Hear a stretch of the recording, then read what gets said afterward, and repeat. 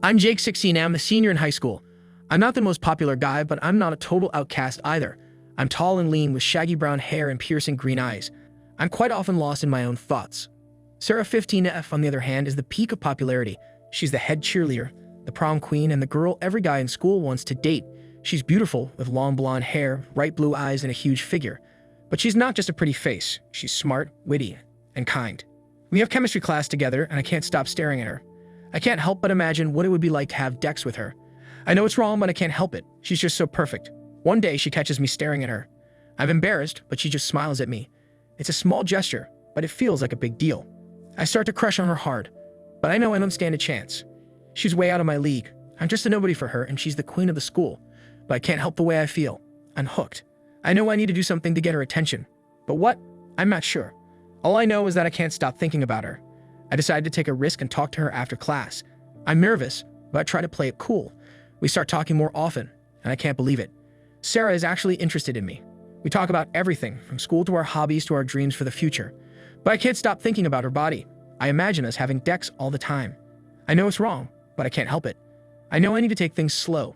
I don't want to ruin this thing we have going on, but I can't help the way I feel. I'm falling for Sarah harder every day.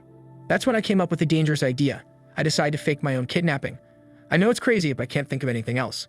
I want Sarah to worry about me, to come to my rescue. I want her to see me as a hero, as someone worthy of her attention. I start planning the details of the fake kidnapping. I decide to leave clues for Sarah to find to make it look like I was really kidnapped. I even wrote a ransom note demanding a large sum of money for my safe return. I know it's a risky plan, but I'm willing to take the chance.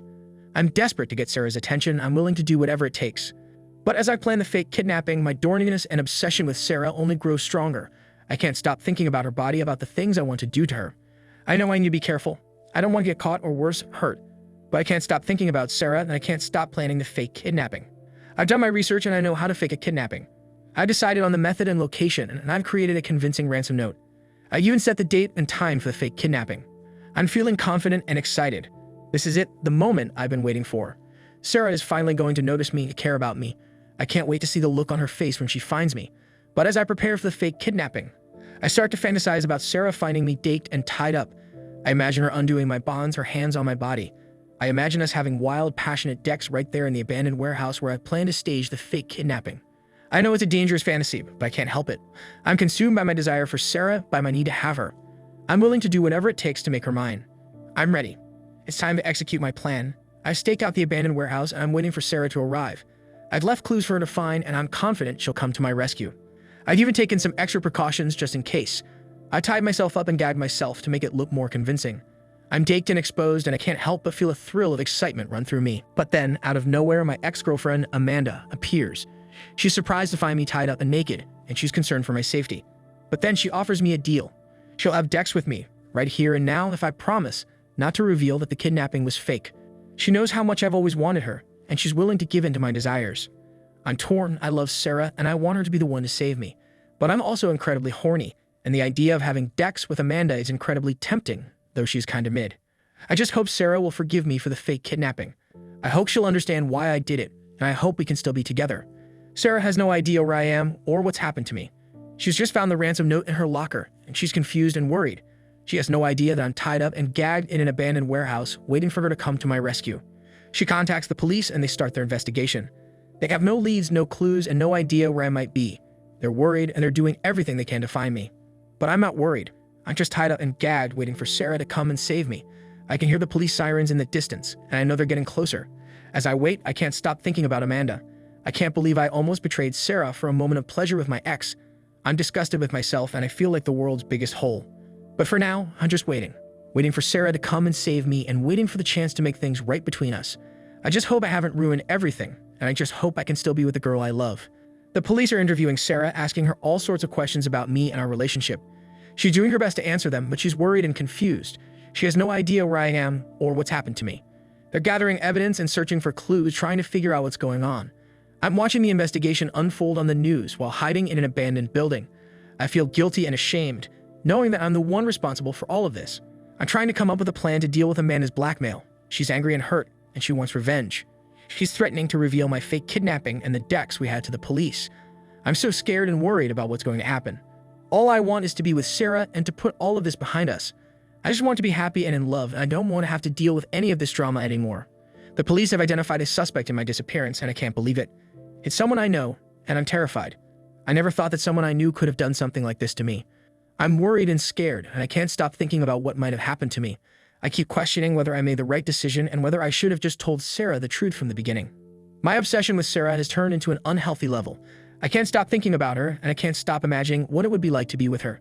I know it's wrong, but I can't help it. The police are investigating multiple leads in my disappearance, but none of them are leading anywhere. I'm becoming more and more frustrated and anxious, and I can't stand the waiting. Sarah is trying to comfort my parents, but it's not helping. They're worried sick about me, and they don't know what to do. I just want to be with them, and I want this whole situation to be over. I'm starting to regret my decision to fake my own kidnapping. It seemed like a good idea at the time, but now I'm not so sure. My love for Sarah is becoming unhealthy, and it's leading me to do things I'm not proud of. I've been stalking her, watching her from a distance. I know it's wrong, but I can't help myself. Luckily, I'm getting updates on the investigation from my best friend Andrew, who's outside with a new SIM phone that the police can't track. He's been keeping me informed on everything that's happening, and he's been a huge help. The police have identified a second suspect in my disappearance, and I feel a wave of fear wash over me as I realize how close I came to getting caught.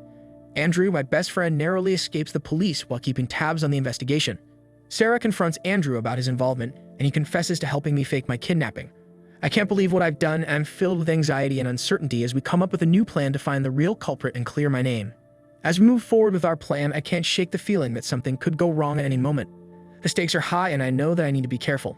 But I'm also hopeful that we'll be able to find the real culprit and clear my name, and I'll be able to put this whole blunder behind me. The police had identified a third suspect, and it was someone I knew well. I was shocked and scared, but I knew I had to see Sarah and explain this situation to her. I sent Andrew a location to tell her to meet me there, and when she arrived, I could see the worry and concern in her eyes. But despite her doubts, there was something about Sarah that drew me in. Maybe it was her tough nature or the way she challenged me. Whatever it was, I couldn't resist her. We started talking, and before I knew it, we were hissing. The dex was incredible. It was the best I'd ever had. Sarah was passionate and adventurous, and she seemed to enjoy it just as much as I did. I felt like my plan was working, like I was finally getting what I wanted. But as we lay there satisfied, I couldn't shake the feeling of guilt. I had asked Sarah to come to a random location in the middle of jungles. I had dex with her. I had put her in danger, and I had betrayed her trust. Sarah looked at me with a mix of anger and sadness.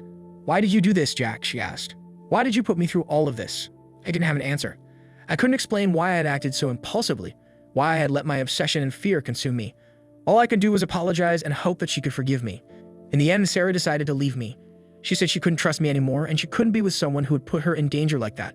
I couldn't blame her. I knew I had made a terrible mistake. "You're a monster, Jack," she said. "You don't deserve to live." And before I could react, she pulled the trigger. I felt the searing pain in my chest, and then everything went black.